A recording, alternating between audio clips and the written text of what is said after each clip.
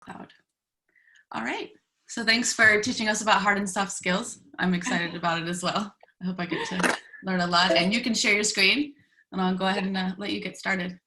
Yeah. Let me do it.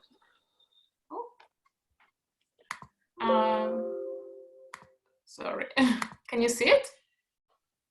Yes. Okay, great.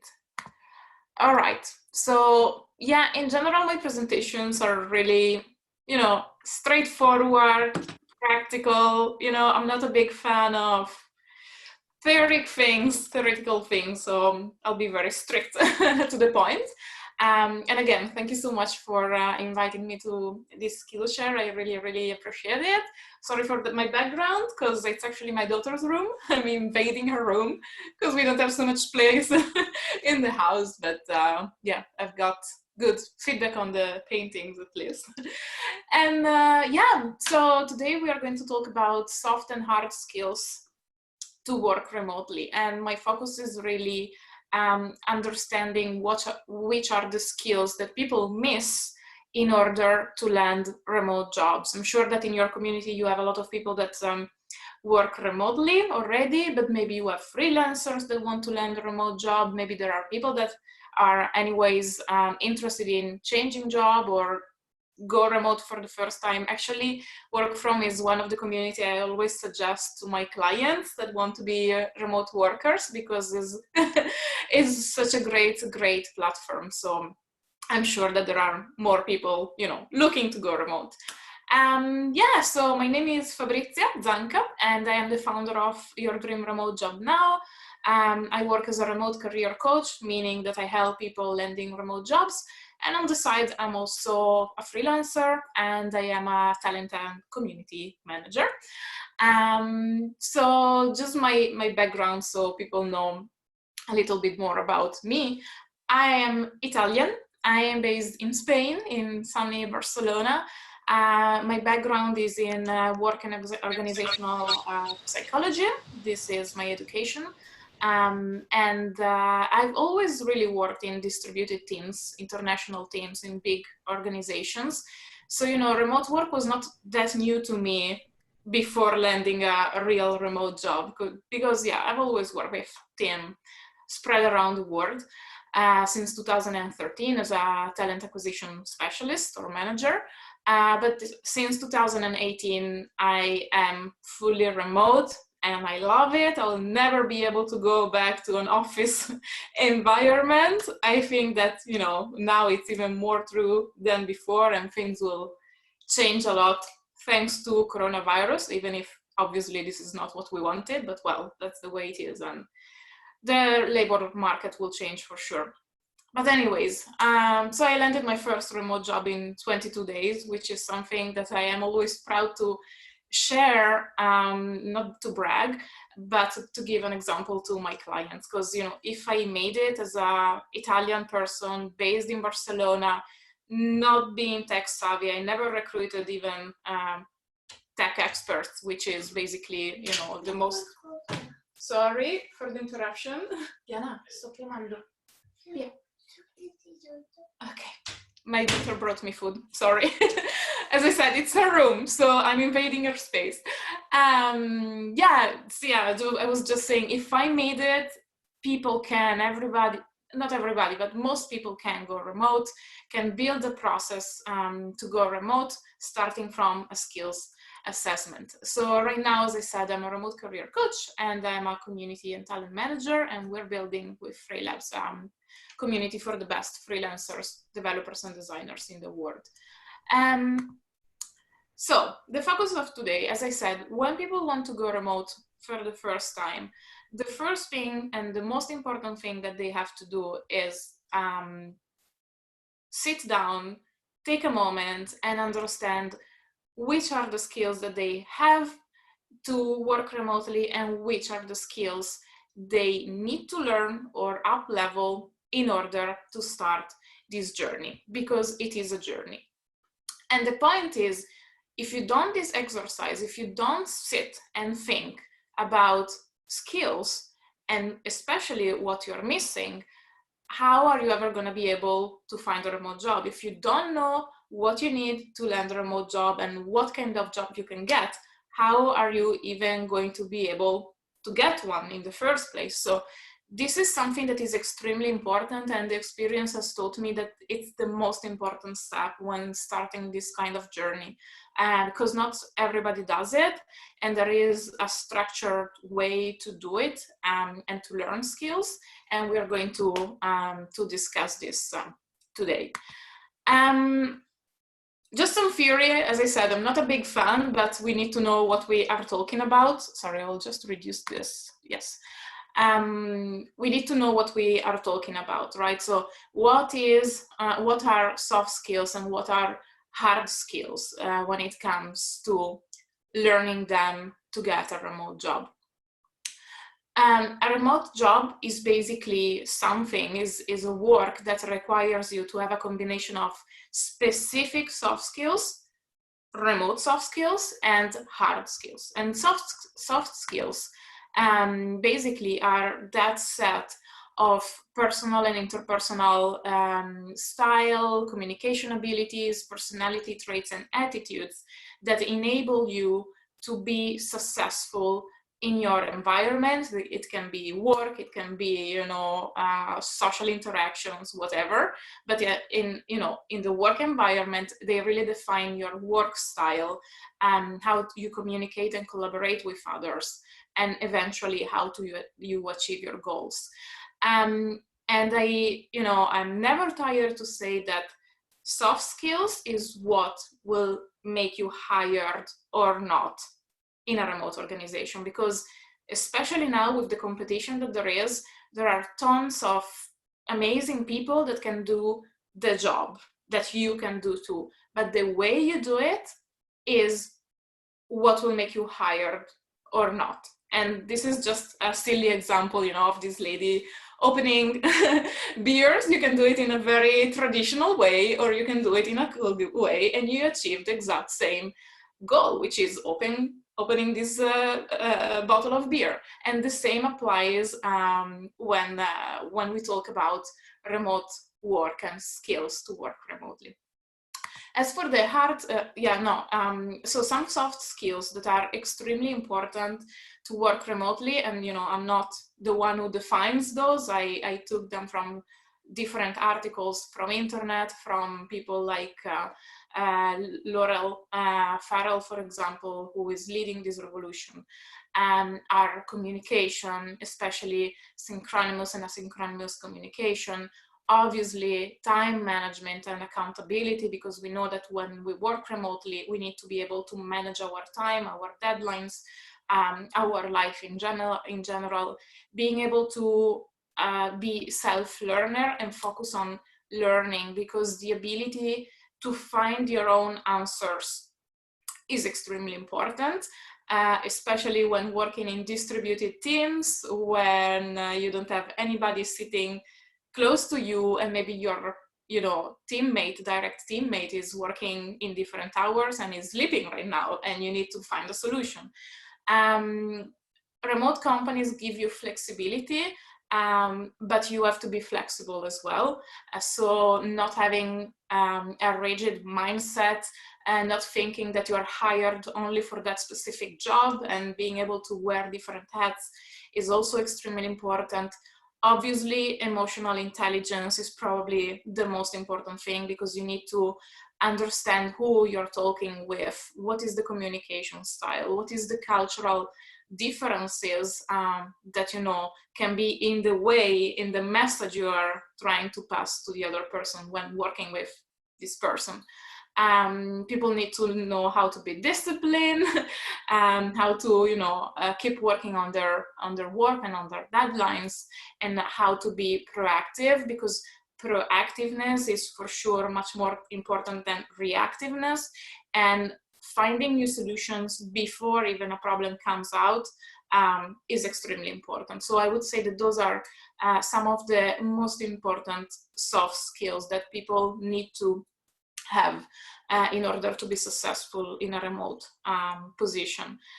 When it comes to hard skills, those are competencies that can be easily taught, and abilities that can be easily quantified. And it's basically everything that somebody can learn, you know, by enrolling in a course, skills that you learn during work, experiences that you have had in your work. And an example of it can be, I don't know, a language, for example, learning Italian or Spanish or English.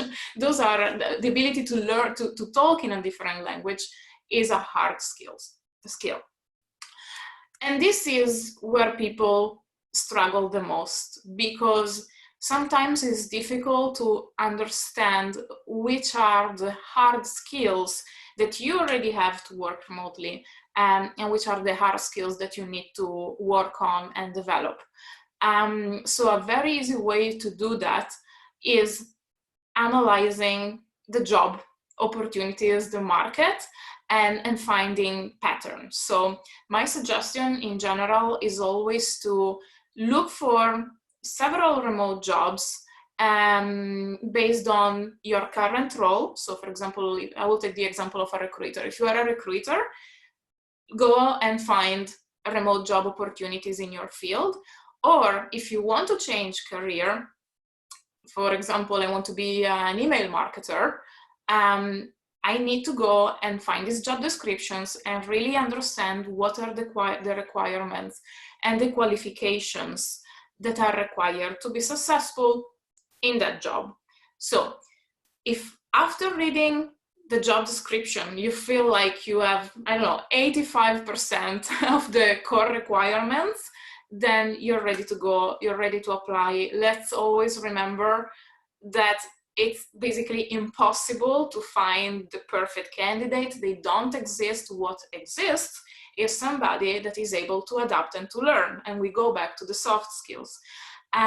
So another way to do that and to make it more visible, because talking about percentages is, I don't know, a bit tricky maybe, but what I suggest to my clients is take the job description, copy paste it in a different Word document, and just start to highlight in green what you feel you have and you possess and you're good at, and what you're missing. And you will see the balance of the two colors. And when you will see that the green ones are really not existing, then there's some work to do.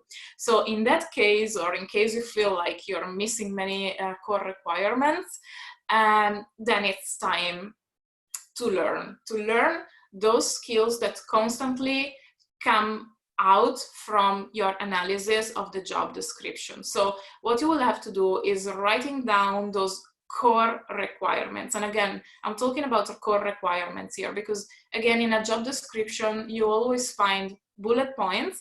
In general, the first ones are always the ones that are more important, while the last ones that are listed, they are probably not so important. But for example, for a recruitment role, being able to define a recruitment process, that would be extremely important. Having experience in a SAS industry maybe is not that important. Maybe it's nice to have, but if you were able to work successfully in a different industry, then we are talking about transferable skills, and that's okay. And I'm sure that people would hire a person anyways, if this person possesses all the rest of the skills. So yeah, it's then time to up-level the skills. Let's again take the example of a recruiter. If, for example, I'm just a normal recruiter and I see that I am missing tech skills, I'm missing experience in hiring tech experts, developers and designers, this is something I have to work on to work remotely, because obviously in remote companies are companies that operate with softwares most of the times, and being able to hire the people behind the scenes, like developers or designers, is something that is very important. So a tech recruiter will be hired, a normal recruiter will not be hired for that role. And if I want to gain experience, that maybe I can enroll on a basic course on Skillshare or wherever else and learn what coding means, like what are the coding skills that iOS developer has to have, or front-end developer has to have. So once you gain those experience, it's also good to try to apply them, and I'll go back to that later on. And this is an example for hard skills. For soft skills, for example, communication is important. So if somebody continues reading job descriptions and they see that asynchronous and synchronous communication are very important skills to have, then what people have to do is, first of all, understanding what we're talking about, what does it mean, asynchronous communication and synchronous communication, enroll in some course and apply, start to utilize this communication style. And there are many ways, many ways to do that. So when we define the skills that we need to learn, we need to take action and stop procrastinating. And this is extremely important. We go to a more motivational side of things, I guess. But what I've seen from many people that reached out to me is that they're just like lost sometimes, and they're like, oh my God, I don't have all these skills. I mean, I'm not even gonna try. And that's why it is so important to remember why we're putting all this effort to try to get a remote job. Is it because we want to have more time with our kids? Is it because we want to go back to our hometown after living abroad for 10 years? What is the motivation? And keep this motivation very, strong, because it's going to guide you through the hard times of the process of landing a remote job. And action is the most important thing. I always tell that in my example, I am somebody that prefer actions rather than perfection. So just get going and things will happen. And then once you have finally reached this mindset, start your planning and stick to it. How many hours can you put into learning basic coding skills, for example, because you want to become a tech recruiter and you want to know what the hell these developers do in their job, right? So a basic course like that is going to be useful. Plan your time. When can you take 1 hour out of your busy schedule to learn these skills? Where can you learn these skills? Maybe you can, set a couple of calls with your cousin who is the best developer of Google. I don't know. Or maybe you can go on Skillshare or Udemy, or maybe there are communities like Workfrom that have Skillshares, right? Plan your time, really plan your time and stick to it. This is extremely important. This is where most people fail, unfortunately. And they fail because they don't have somebody that is always, tapping on their shoulder and say, hey, how is that going? Or because they don't have their motivation that is strong enough. And once you have finally learned those skills, it's time to be proactive. So you have these skills, you know the theory, how are you going to apply them? Let's move away from the recruiter example. Let's try with marketing, what I said before, like email marketing, right? I have learned about email marketing because I see that this is something I would love to do and I don't have skills in that. What I will have to do is try to, there are so many ways.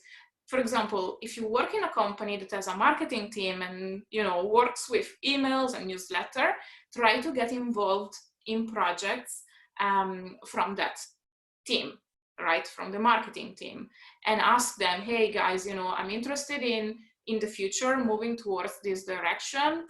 Talk to your manager about that too, and get involved, give support. And I'm sure that, many organizations, remote or not, will appreciate that. And if you have a good kind of learning and developing system in place in the organization, there shouldn't be problem to get involved into this kind of support. Maybe you have a friend who is a solopreneur or an entrepreneur, and these people are always happy to get help, right? Like if somebody would come to me and say, hey, I see that your newsletter, can be improved. Can I help you so I can train my skills? I would be super happy to do that and to, collaborate in this way. Or there are nonprofit organizations. They are also very happy to get support from people.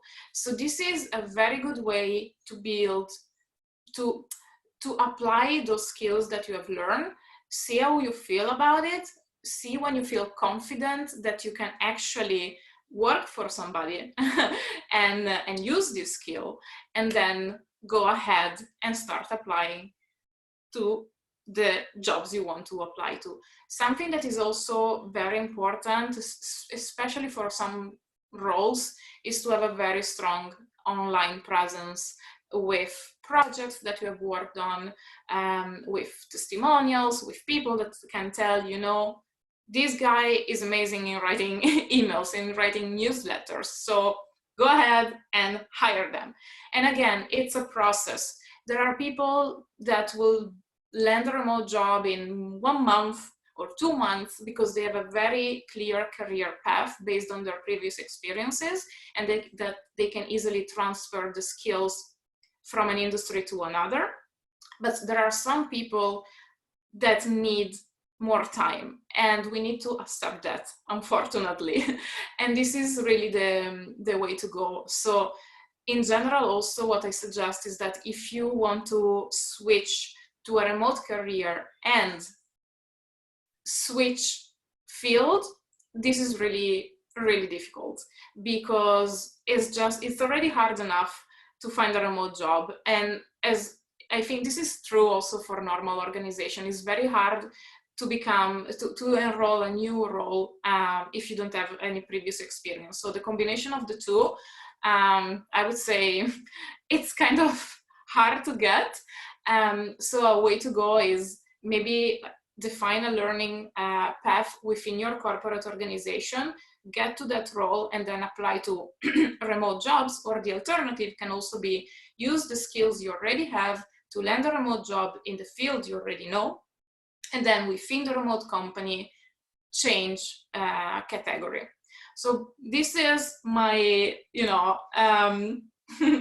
my takeaway, I would say. I think that nowadays, and we are seeing it, that the labor market is changing a lot and changing drastically.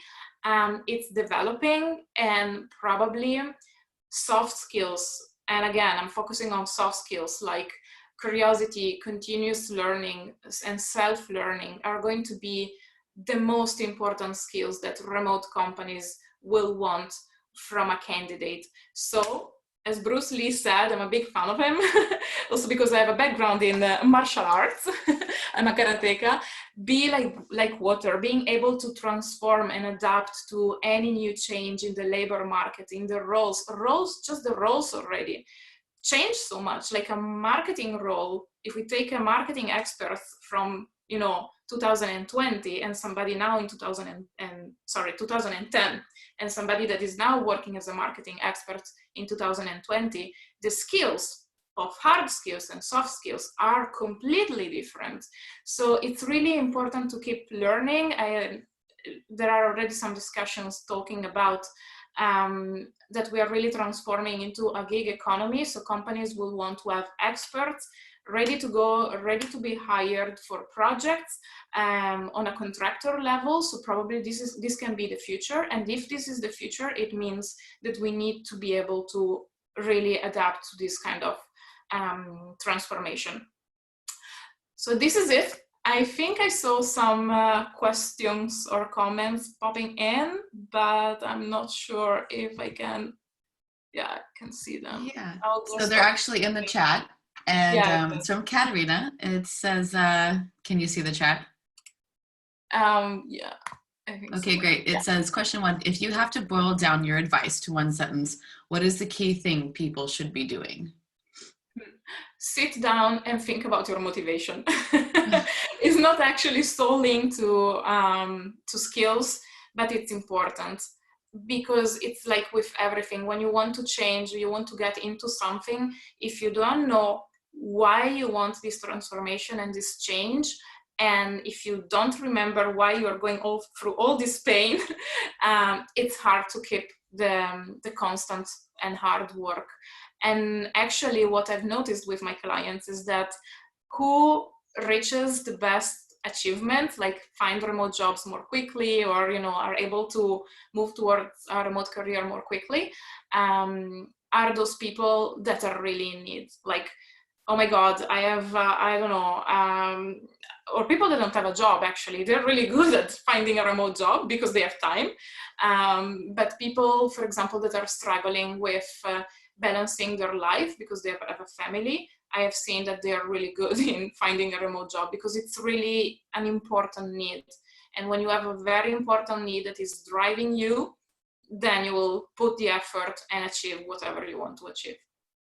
It's similar to what is also, so your main advice mirrors the advice that you generally do when you have a problem and you're working for a solution, to not jump towards the solution. It's actually spending time defining the problem first and then think about the solution. Yeah, exactly. I mean, as I said, motivation is what is going to drive you, and it's important to remember it. I don't know if it's easy in general to already identify a solution, and that's why I'm saying take action, take your first step. This first step, if you do it, with consciousness, it will bring you somewhere. And I'm saying this really based on my experience. I'm really someone that was always, going with the flow, doing things, see what happens, and then great things happened, but not because I'm a genius. It's just because I'm not focusing on the problem. I'm more focusing on getting stuff done and at least starting. That's great. I have a question. Thank you so much for your presentation and the gifts. I really enjoyed. My question is, so for soft skills, I feel like they're definitely harder to learn, like to search like coding or that, it's like marketing stuff. But what's your recommendation? Like if I'm thinking like I want to improve some of those soft skills on your list, like how would I even start to do that? And I know Jess and I have talked about, like, we like to take courses and do things, and I just am not sure if there's things like that, or maybe there is. Yeah, I mean, there are courses on everything, really, how to manage your time, how to be a better persuasive communicator. I think that when it comes to soft skills, people need to be open-minded, ask for feedback, and being able to accept those feedbacks. So obviously you will try to, like, if you're struggling with communication, you can use the community and see, how your asynchronous and synchronous communication is, performing, how good you are in written communication. And you can ask some experts or people that feel strong in the communication field about feedback. And really there comes the open-mindedness of everybody in accepting feedback, because feedback are hard to take if you are in a defensive mode. And I guess this is already another soft skill, which is a very different one and difficult one to, incorporate in your lifestyle. But feedback on soft skills are probably the most important one. So I would say learn the basics, try to apply them as well, and get feedback and try to improve starting from then. So I have a question. How do you convey that you possess those soft skills to a potential employer? Like, do you put it on your resume? How do you kind of drop those hints that you have them? Yeah, well, yeah, for sure you put it on your resume. What you put on your resume should be real. So I'm not saying to go there, take the list of soft skills and put it in your resume if you feel you don't possess them, but put the ones that you possess. And then if the remote company really cares about those skills, and they should, because as we said, that's why remote companies will hire you for a remote position or not, they will ask behavioral based interview questions. And those are questions that will focus on past experiences, examples of past experiences, because a past experience is the best predictor of a future behavior. So I don't know, if you want to be hired in a customer service role and they will ask you, and you need to be able in, again, communicating with angry clients and dealing with stress, expect questions on communication and stress management. and prepare those examples and, you know, give a clear illustration of what was the problem, which were the tasks that you had to accomplish in order to solve this problem, and what were the results, and well, the actions you took, and then the results. So structuring an answer based in, you know, this format is gonna really give the real example to the company that you actually do possess this soft skill. That's so great. I actually added that to my resume recently, and before I came here, I was just thinking, what do I need to put on there now? And that was something that I had seen in everybody's resume. I thought, do I even need this on here? And I guess I do. Actually, yeah, when it comes to remote, I mean, this is something I always do on my client's resume. I not only talk about, I mean, I really structure the resume so skills will be highly highlighted, evident. Sorry for my English, sometimes it's a bit tricky.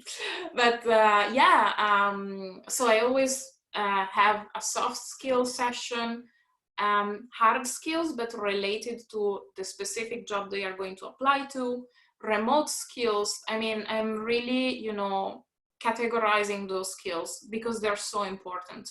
And obviously you want to avoid adding skills that are not important for that specific job, right?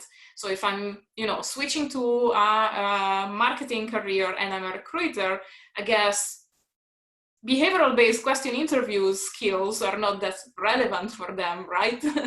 But the ability, for example, to write good feedback that I will then pass to a hiring manager, that can be a skill that can be interesting for a marketing position, because we are talking about written skills, kind of copywriting, no? So always think about the micro activities you do in a job that can be useful for another job, and highlight them as much as possible in your resume. That makes a lot of sense. Now that you've said it. Your resume if you need help. I know, because that's something that you just don't think about, you know, like what do people want to see now? I feel like it's constantly evolving, you know, yeah. Like what people want to see. And now when you're speaking to remote jobs, it's even more complicated. We have one more question, and it's, have you noticed age, cultural, gender differences, and what skills they are lacking to get a remote job? Yeah.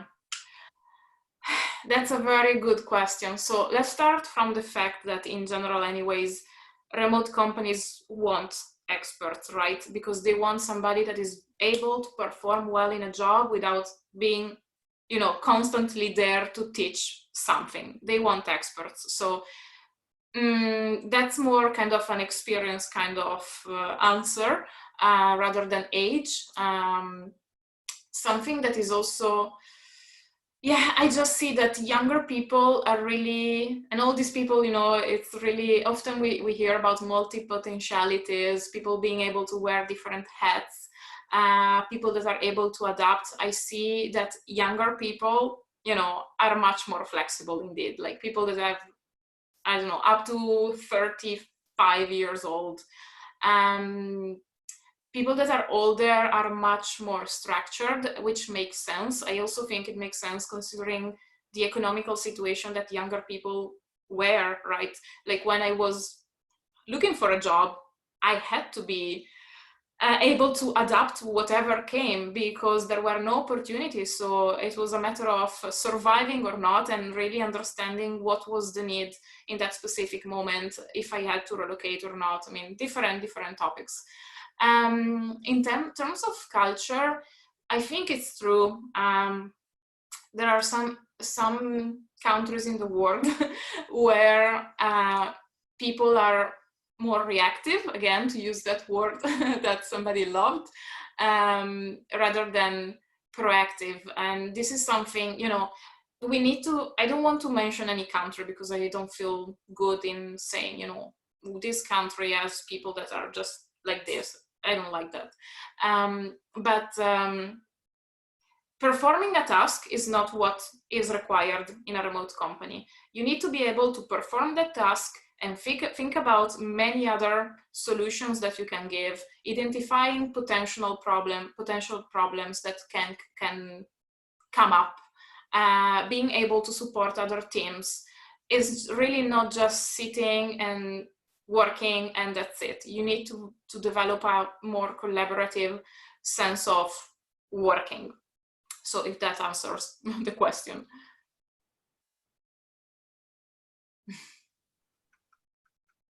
Awesome. Do we have anybody that has another question, or I think that may be it.